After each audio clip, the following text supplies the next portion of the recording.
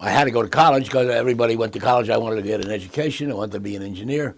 Also, if you go to college, you don't have to go to Korea because Korean War broke out about the same time that I entered, got out of high school. So I looked around for colleges, and my brother Harold wanted me to go to the school he wanted to go to when he got out of high school in the 30s, but my father didn't have any money, even though the tuition was only $600 a year. That's all Ivy League cost also in those days. But the average salary, was like $40 a week, so that's a lot of money. But he wanted me to go to Stevens, an elite, little, very tiny 1,000 enrollment engineering school in Hoboken. Very hard to get into. And of course, when I sent in my resume and my grades in high school, the grades were fine, but I didn't have the right subjects for an engineering student. So Harold contacted his high school buddy, who was a Stevens graduate, went to college, Harold, and was on the board of trustees.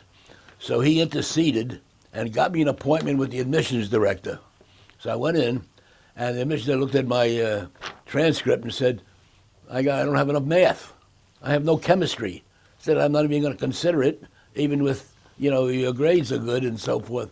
He said, you got to make it up. Now, at least I had a little goal, because all I had to do was make up what he wanted. But he wanted a year of chemistry and 3 different math classes. Luckily, I had graduated in 3.5 years from Madison. I doubled up in English and math requirements, and you could get out in 3.5 years. So that's like February, and admission is, the class starts in September, like other colleges. So I enrolled in Brooklyn College, and instead of, I took a whole program of 12 credits, but instead of getting advisory to tell me what a freshman classes I should take, I made my own program. I took 3 math classes, like college math, advanced trigonometry, and another math, and I took chemistry 1 and chemistry 2 at the same time with the same professor. So school starts in February, and I walk up to him, and the math teachers, I just went to class. I didn't tell them anything. But I told the chemistry teacher that I wanted to go to Stevens, and I didn't have any chemistry. I'm going to take both your classes. He said, do it. I'll give you some guidance if any problem. So I took chemistry 1 and chemistry 2, which I didn't understand, but I used to go to his office in the afternoon, and he would give me some tutoring. Long story short, I got all the credits, all A's, submitted it to the admissions director, and I got into Stevens. And it was the dream school for me because it's very small, and you can do anything. It was all male, and it was commuting distance from my house in Brooklyn, but I lived in a dormitory, and it was the brightest people I have ever met were there. Out of the class, my class had 400 or 390 to start, and we must have had 20% valedictorians. Now, the school is really hard. It was 6 days a week, and I had not only had trouble, I got so active in different things, like I became a writer in the newspaper. I joined all the clubs, and I really had a great time. But my grades were really low. And to make a long story short, I graduated last in the class, which isn't so bad because Stevens had the only curriculum in colleges in the United States that had a system where they marked you on a curve, and half of every entering class had to flunk out because they based that idea that not only you wanted to take engineering classes, you had to learn to compete. So if everybody gets a 90 and you get an 89, you flunk out. If everybody gets a 70 and you get a 71, you get an A. I mean, that's the way it was anyway. Out of the 390, 180 graduated. But I did graduate, and I did it in the 4 years. Well, half the graduates did it in 5 years. But anyway, it was the greatest thing that ever happened to me. And I've always backed my education from Stevens as a means to encourage my career. And in here, I'm going to interview some of the people who are involved with the college, give you some idea of what I did. Yes. Was there much of a social life at Stevens? Because we're all men, 300 men. Well, I was in a fraternity. We used to invite nurses from, what was that, nursing college in New York, Hunter? In Newark. Oh, Newark, nurses. Oh, there was nothing from Hoboken. You never went into Hoboken. It was a ghetto. Yeah, well, we went in there a lot. We went down to where there was a little restaurant there right off the main street. But mostly you stayed on the campus. Yeah, well, there was nothing on the Well, campus. the whole school only had about 900 students in all 4 Yeah, years. there was nothing on the So, campus. so there was, we all stayed on the campus, but today there's 2,500 because they made it into a liberal arts college, and there's no room for them, so they live in Hoboken in the condominiums. They rented, the Yeah. school rents it, they bust them into the campus. So it was a different school, so I don't want to talk about today. It's not where we went. We went to a school that started really 150 years ago, but when we went, with the program really stopped in the 70s. So we're the remnants of the old Stevens. But wasn't it a good experience? It was a wonderful experience. You thought it was good. Yeah. Was it hard? Very. What was your average? C, I think 2.5 maybe. 2.5. Well, Something you know, like I that. look up to you because I was a 2.0. Well, you were last. You were the anchor man. Thanks a lot. Yeah, but I'm proud of that fact that I I got. know you are. You wrote First of about it all the time. When I explained it with a lot of emphasis that half the class flunked out, being last in the class, I was still in the upper half. You understand that? Yeah, I do. Yeah. And you still remember when my son Brian was a baby when he came visit you? Yes. He was about 2 days old. And what happened? What happened? You left him by the front door here. I left him in. I opened the door. The doorbell rings. I open the door. I look down. I'm ready to call the police. Yeah, you did. He did. And we had some people over too. I left the bassinet with 2 day, little baby Brian, and me and Madeline I said- disappeared. And he actually, we're gonna I call said the to police. Carol, I gotta call the police. Somebody dropped a baby by the front You door. know, actually, it wasn't a joke. We thought maybe we'd take him in and raise him. So we got screwed. Yeah, you got Anyway, now screwed. Brian is now in his 40s. He's got three lovely, kids, fantastic yeah, girls, yeah. and I got 7 grandchildren. How many children? Oh, you'll tell me about the newborn. Since we're older members of the generation, I have a 2.5-year-old grandchild, and that was a record in my class for being my age. That's the youngest grandchild because everybody has grandchildren that are out of college. Married. And he beat me. He told me that a week ago. Was it a week ago? 4 months ago, 4 months ago. I Your had son, a grandson. your grandson adopted He's a baby. now 4 months old. Yeah, 4 month old. My So- son adopted him. So he got the record. Anyway, I got the record. that's. I just want to talk a little about Stevens, and I talk much about it because it was really a changed my life. Okay, stop. How's that? When Lenny and I graduated, I told you 185 alumni are graduate in my class. It sounds small because today, when you see pictures of my children graduating, they have 2,000 people graduating class. We only had 190, and that was right at the end of the Korean War. In fact, I was the first civilian class in colleges in the United States, but of course in Stevens. Up till now, all the classes that graduated between like 1948 to 1952, I'm 53, they all had GIs. Some of them, like class of 48, 49, 50, had 100% GIs, maybe just a couple of civilians. And then they started to peter out. The GIs got used up their allotment. And in class of 52 was the last class that had 10% GIs. Mine had none. Maybe one guy maybe. So we were only first civilian class. Plus, after the Korean War, the economy was booming. So they really needed engineers. So that was a great thing. And the draft was still on, crazy. The army, the war was over in Korea, but they didn't stop the draft. So they're now drafting civilians, like me. And I'm an engineer already. I worked, my first job I'm going to talk about, but I'll talk about the farce that the Army tried to utilize engineers. But my first job, right out of Stevens, I had 20 offers. And I had mentioned I'm last man in the class. You could have had 100 offers. People were dying for Stevens graduates. I literally, more so than MIT graduates, because MIT has a lot of graduates teaching. Stevens has full-time faculty, tenured faculty. It was a much better faculty, which I have some proof of that, but I don't want to talk about that now. So the first job I took was a training program with a huge pump company, manufacturer, who had about 20 plants all over the country called Worthington.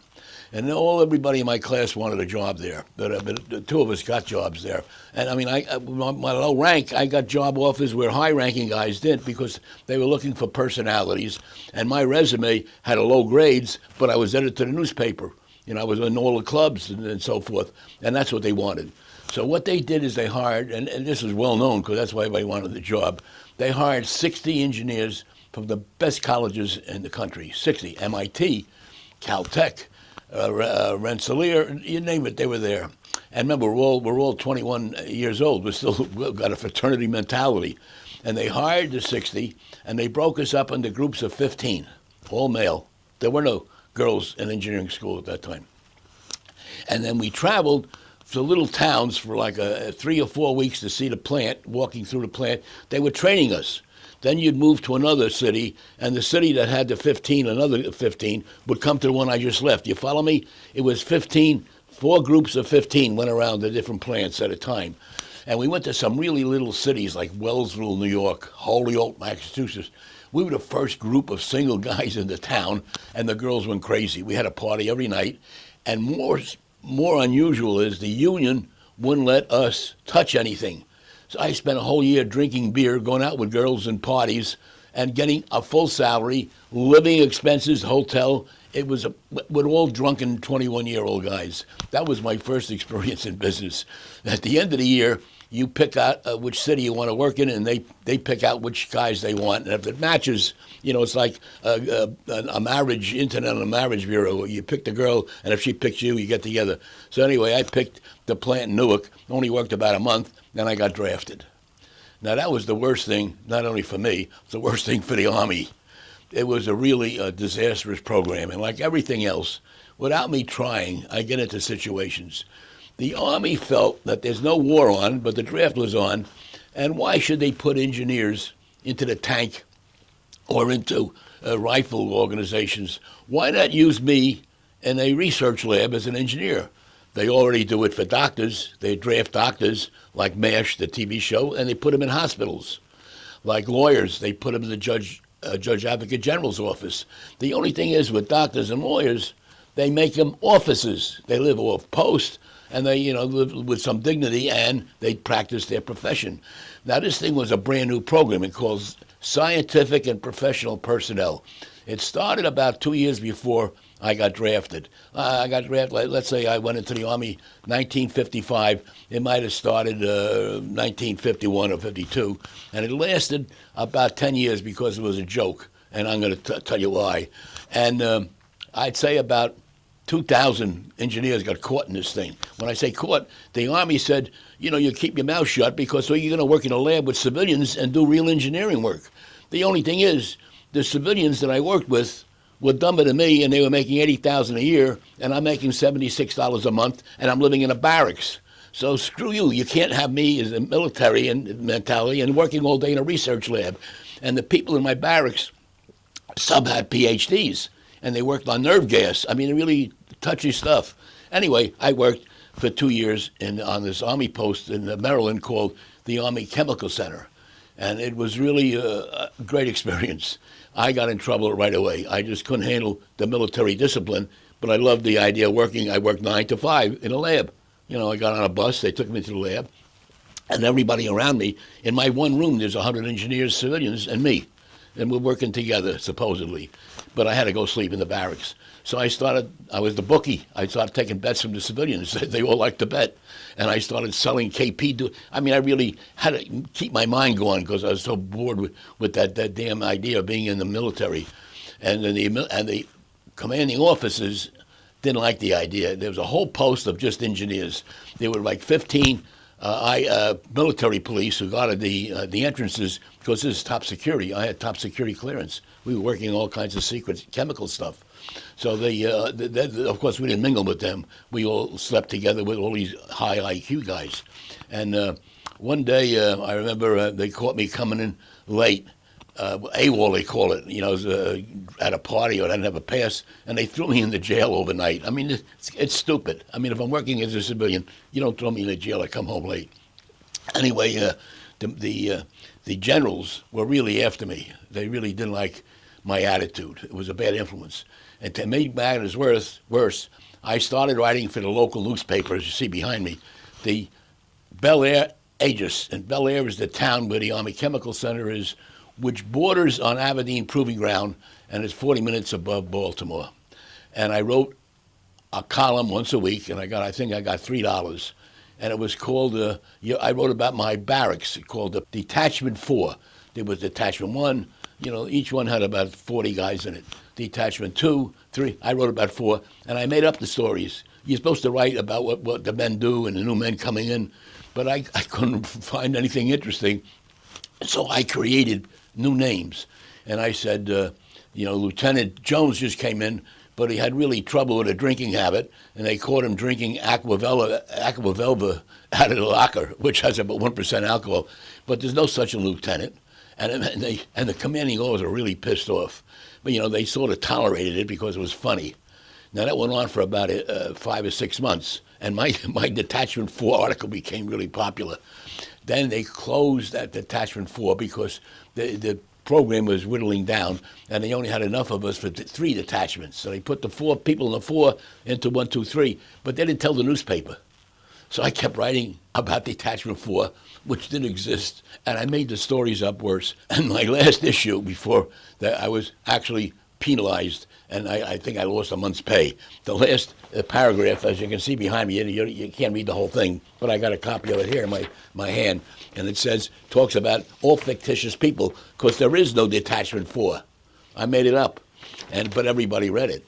And the last one says, during last Saturday's training, because on Saturday in the morning, they make you be a soldier, because I never had a gun in my hand. But, and we were all engineers marching with out of step. It was a joke. During last Saturday's training, one of the enlisted men was picked from the ranks to lead the troops in dismounted drill practice on the main parade grounds. It's all bullshit. He was doing just fine until he had the men in perfect formation, marching along the water. There was a river right there, a river edge. He gave the wrong command, and the troops were last seen up to their neck in Gunpowder Creek. That ended the brief career of Mike Strokoff, drill instructor, who didn't exist. Anyway, the commanding general called the Bel Air Rangers. They had me fired. I lost my $4 job a week, and they were really mad, and they did penalize me. I should have got to add, because that program it lasted about 7, 8 years, and it was a farce. And out of millions of people that were drafted in the military or the Army, only about maybe 2,000 engineers were in this program called Scientific Professional Personnel. And somebody came down from a magazine called Chemical and Engineering News that you see behind me. And it was a lady, and she interviewed me about the program, and she titled it, as you can see, SPP 5 years later. And then when she interviewed me, I told her it was a farce, and she published everything I said. Of course, the commanding general was pissed at that too. And the article she wrote was reprinted in Reader's Digest. So that's the only time this program ever got publicity, and I think I helped kill it. But that was the beginning. Then but I'm still working every day in the lab. Then what they did is they took my project that I was working on. That it was the filling system for white phosphorus gas, where you have to fill the bombs underwater. So you had to make a conveyor belt. I don't want to go into what I did, but I worked on it for about 3 months, and now we're going to install it in Pine Bluff Arsenal in Arkansas, the most crazy place. The only way you get cheap labor to have this white phosphorus burning their bodies all day. And they sent me out there supposedly for 4 weeks on travel duty to another place. I wasn't assigned to that place. I was on travel duty from Maryland. So I got there, and I introduced myself, and I got a place to sleep in the barracks. But I wasn't they had about 25 SPP, scientific professional personnel like me there. But I was only on travel duty, so I wasn't part of the group, except I had to do this project. And what happened is, I got done with the project early, and no one knew who I was because I wasn't assigned there. So instead of going back to Maryland at the end of the assignment, I and 2 of the guys that were there permanently, we went to Mexico, to Acapulco, which I'll tell you about. But let me tell you more things about Pine Bluff. Pine Bluff is really backward. It's really about an hour away from Little Rock, Arkansas. And in those days, it was really bad. That is 1955, and the Deep South was really segregated. I couldn't believe it because there was a bunch of us from New York. Well, first of all, the only English-speaking educated people was the 20 of us, the permanent ones and me, in that Pine Bluff Arsenal. So, of course, the women in town died for these guys. They're getting an engineer graduate from New York area or from Pittsburgh, where Carnegie Mellon is. So they really went crazy. Now, in the town of Arkansas, I'm jumping the gun before I tell you my life there. One day, and this is in front of, we're all in a bar, and we hear, I guess 56 now. We hear noise outside, and it happens to be an election year for the governor. And we're all sophisticated graduate engineers that speak English, because any educated guy from the high school in Pine Bluff got educated, he never came back. He went to college, he never saw him again. And so there was only unwed women in the town. We go outside to see the governor, with a beer in a hand, and he's on a flatbed truck, and there's about 20 people among, my friends from the Army base, and he's yelling on the loudspeaker, and I swear to God, I mean, this happened 50, 60 years ago. Vote for me, and I'll keep those fucking niggers out of your house. I'll keep those fucking, every word was nigger, just Faubus, and he won the election. Couldn't believe it. All New York, I couldn't believe it. But that's the town.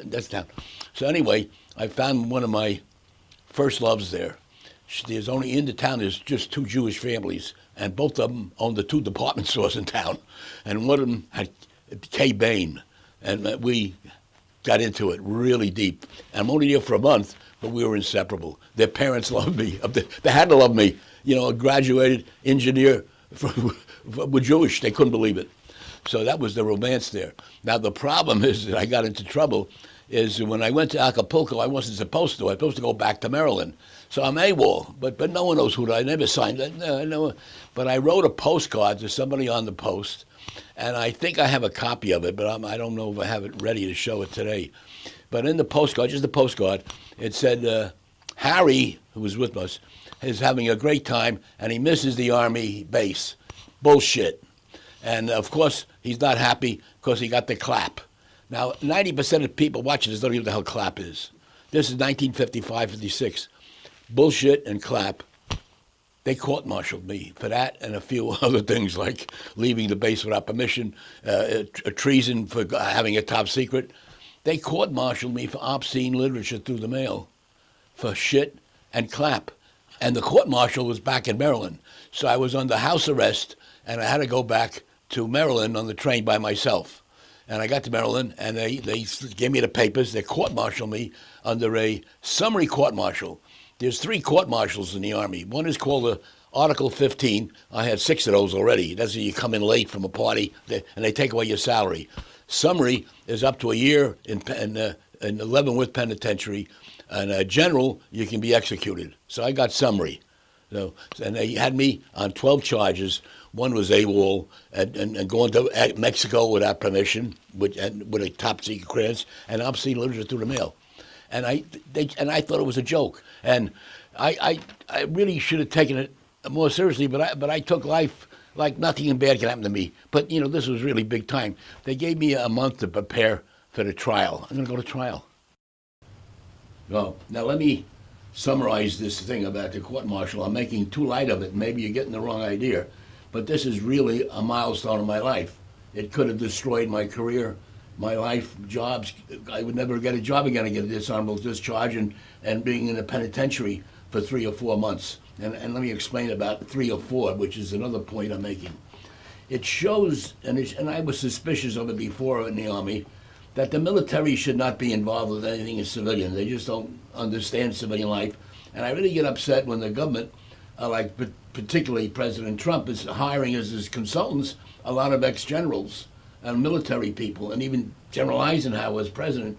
The military should not be taken too seriously as governing people. They're usually great at attacking tanks and marching in formation and taking orders and flying bombs over the enemy. But these are not the brightest worldly people. I mean, they go to academy like the West Point, Annapolis, and the Air Force, and they take engineering courses, but they spend half their time marching in the field and learning the history of the Battle of Gettysburg. They don't really have a great general education. And I emphasize that because this court-martial shows how stupid they are. To bring in 5 generals for my court-martial, there was never a court-martial in the history of the Chemical Corps, and never one for that program I was on. I mean, that was ridiculous to get me. What did I do wrong? I left a week early or 2 weeks early from going back to Maryland, and if I was working as a civilian, which I was in a sense, they would deduct me a salary. Or if they were really upset, they'd fire me. You don't send me to a penitentiary because I went to Acapulco. You don't court-martial me and put a stigma on my reputation because I wrote what they say obscene literature through the mail because I said clap and I said shit. That's ridiculous, especially today. And it doesn't make any sense. And also the way they handled that it was 2 days, by the way, that trial. And it was the biggest one in the history of that chemical center. And everybody who was under my program, 200 of us GIs that were working in the lab, did not go to work for 2 days. They went on strike. They defied the general. And about 100 civilians also attended. So everything stopped. No more making poison gas. They all came to this stupid trial that cost thousands of dollars.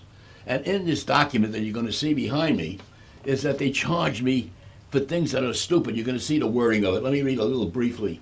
There's 3 main specifications to be court-martialed under a summary court-martial. They said I left the Army post at Pine Bluff too early. So what? So I take my salary. No, that was specification 1. Specification 2, I went to a foreign country. I went to Mexico without getting permission from the military authority. So what? I mean, people go to, and also, by the way, I think I stressed it a minute ago, that you could go to Mexico because of the Treaty of 1896. You just couldn't go more than the 1 county over. You couldn't go to Acapulco, but they didn't write that up because they're too stupid. And then they charged me for that obscene literature through a mail that you can see where they quote from the postcard. I use the word shit and clap. But they also show on the back page where they sentenced me to 4 months and forfeiture of pay to Fort Leavenworth Penitentiary for hard labor. And then down at the bottom paragraph, they repeat it and they say 3 months. Here they're destroying my life. They're putting me in jail, and they get the dates mixed up on an official document by these stupid generals. And so that really turned me off on the military forever. And also the judicial system, especially the military court, is really bad. But it carries over to a little bit in the civilian court, which I'm going to show you later on in this video. So anyway, I took it so lightly, and they assigned me a lieutenant, right, drafted a lawyer who was an asshole. So you know what the hell, he just got out of law school. He didn't have the case in his life. So I defended myself. And I prepared a sheet, but I don't have it, I don't flash it, where I sold bets on what would happen. Like I'd be acquitted 4-1. You can make a bet on it. I was given a sentence without pay for 2. I made fun of that damn thing, not realizing my life is in the hands. Anyway, I prepared. Here's how I prepared it. They didn't let me go to work, but I was allowed to go to the judge advocate's office, one man, a judge advocate, because it's such a small post. I mean, there's thousands of civilians, but there's only about 400 I told you about 100 of us that were there as SPP people. So that was so he didn't have much to do. He's ready to retire, and he headed the Army. But I was allowed to use all the law books preparing my case, and he's not allowed to help me because he's not going to be on the trial. The 8 generals are going to be on the trial. They came from other posts. Everybody wanted to be at the trial. That was a big thing for the military to get this wild ass, and they hated the program because we weren't GIs. We were all engineers, 26 years old. Anyway, he used to leave little notes, and he would say, call the postmaster general in Baltimore and go visit him, which I was allowed to go off the post for my defense, to find out what obscene literature. The Supreme Court never made a decision. And in the case of Ulysses in 1930, they said it was obscene, but it wasn't.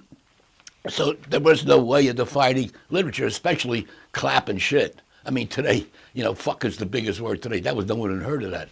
So he gave me a letter saying, the next thing I had a note, it says, look up the law, the military law of 1896.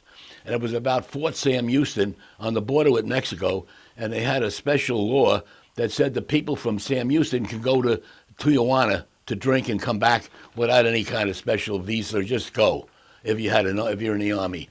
But it didn't say, it just said Mexico.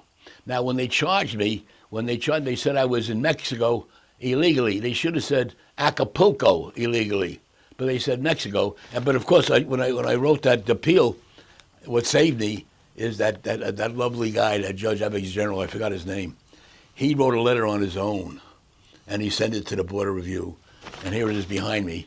And I'm the only Schnabolk, or the very few in the military, the millions that are in the military, where I am documented of being brilliant and naive. And you can see the sentence on the letter he wrote from the Army Chemical Center. He did it on his own. So anyway, if anybody doubts me, I'm officially brilliant because it's in the military record. Not only was I'm going to add to this scene about the court-martial. It could have been devastating, but thank God, I got through it. But I have to admit, it gave me a lot of experience. Then you can fight the system. And in my 60 years in business as a consulting engineer and alarm installer, I had a lot of encounters with the criminal justice system and the court system in civilian life, and it's lacking just as much. And we're going to cover it during the sequence in the different parts of this memoir. And I have some notes because I had so many encounters. First of all, I was a plaintiff in a civil lawsuit in New Jersey State Court against a competitor, and I won. But that cost me $20,000, just to give you some idea of what lawyers charge. Then I was also fired from 2 colleges because in one college I taught lockpicking to the students, and they fired me. In another one, I taught the students how to rob a bank, which the president of Rutgers didn't think was the right thing to do. I got fired there too. But as far as my court cases, just quickly, I was a defendant in a lawsuit that became so big and so changed the way everything was conducted that it became part of the freshman class in law schools. They taught this case, which I'm going to discuss in another section. I also was a target of the New Jersey Attorney General's office, who claimed that I bribed the security director at the New York Board of Education for giving me 4 years of contracts. And I'll talk more on that later. And I also was the target of the FBI investigation in New York City because they thought I was bribing the chief engineer of the Board of Education. And everybody, because I'm a little flamboyant, to say the least, and I'm always a target of somebody's investigation. I was also the principal target. Not that they were going to do anything bad, but there was a lawsuit that lasted 18 years between the Port Authority and their tenants because of the bombing in 1993 of the garage area, and I wrote the report that predicted it and told the Port Authority what to do to stop it. I wrote the report 5 years before that bomb went off, and they ignored my report. So all the tenants in the building that lost millions sued, and it took 18 years through the court system, spending $42 million on law fees, legally for lawyers, to get the report. And I'm going to go into more detail later on. But it's just to show you that if you're going to stay in business and be controversial, you got to know a little bit about law and how to act and not be very timid.